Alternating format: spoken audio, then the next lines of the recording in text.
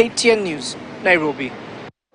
Now, still on economic survey, Kenya's economic growth slowed down last year, with the country still struggling to shake off the effects of the COVID-19 pandemic and the impact of a prolonged drought. Now, this is according to the economic survey by the Kenya National Bureau of Statistics. Let us look at this.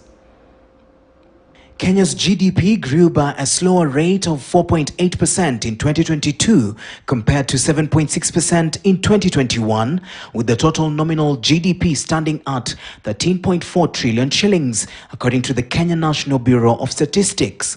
Now, the slowdown in growth was attributable to a 1.6% decline in the agriculture, forestry and fishing sector, occasioned by the prevailing drought conditions. Agriculture, we are noting that this is the sector that did not do well. We had a negative growth of 0.3. And actually, this is the beginning of our problem, because agriculture still remains, though its contribution to the GDP is going down over time, slowly. But what is happening here is that it is still commanding the bigger portion of our GDP. And it has gone down. Of course, we all understand that we had very severe droughts.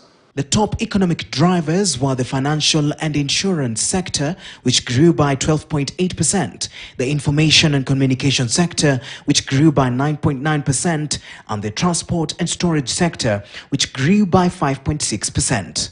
From a broader economic perspective, service-driven activities now account for 61.1% of GDP, followed by agriculture, which, despite a decline in growth, accounted for 21.2% of GDP. Industry-related activities now account for 17.7% of total GDP.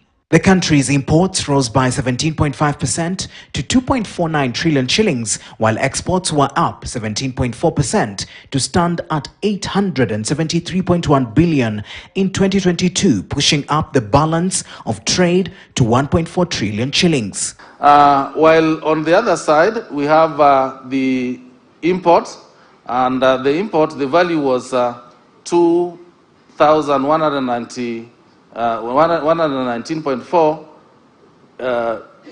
billion, and that means we are talking of 2.19 trillion in 2021, and it rose to 2.49 trillion in 2022. So you can see what we exported is 873 billion. What we imported is 2.49 trillion. So you see, now the balance of trade is actually the difference of the two. The total number of employed Kenyans increased to 19.1 million, up from 18.3 million, driving up the total private and public sector wage bill to 2.6 trillion shillings in 2022, up from 2.4 trillion shillings in 2021. The private sector wage bill grew by 10.7% to 1.8 trillion shillings, while the public sector wage bill was up 4% to stand at 790.4 billion shillings. Nyakundi Kelvin, KTN News.